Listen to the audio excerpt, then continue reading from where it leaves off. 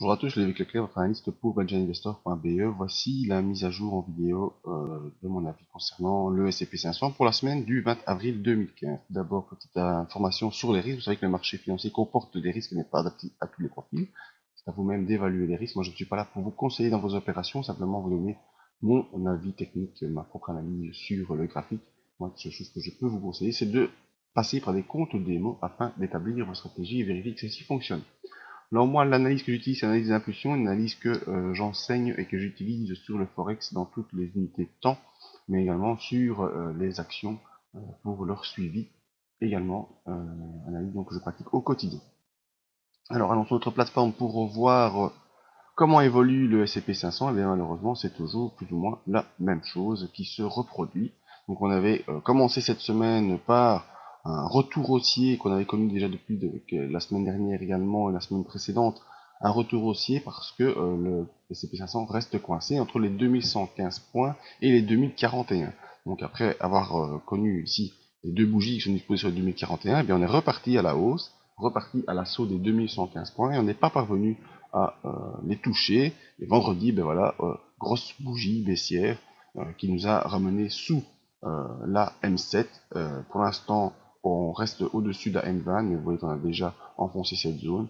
Et donc voilà, ben, les bandes de Bollinger, même chose, on latéralise.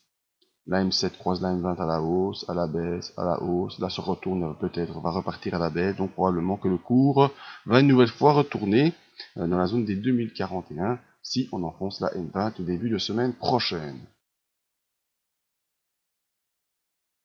Au niveau du MACD, on est pour l'instant au-dessus des zéros et au-dessus du signal, donc toujours dans cette impulsion haussière qu'on a connue dans les 2 dernières semaines, mais vous voyez que le MACD est en train de baisser, probablement qu'il va passer sous son signal.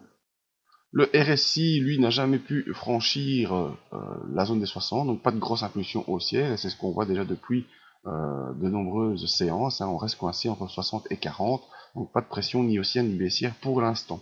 Donc si vous n'êtes pas dans le marché, concernant le S&P 500, il vous suffit d'attendre. Ça fait déjà longtemps qu'on attend, mais il faut encore attendre soit l'accélération au-dessus des 2115 points, ou soit l'accélération sous les 2041. Maintenant, si vous voulez jouer dans ce marché, eh bien, vous voyez que pour l'instant, on a fait un échec sur la zone des 2100, 2110, et on s'enfonce là sous la M7.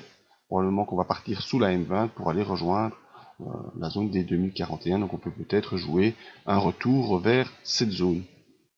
Mais pas grand chose de plus à faire.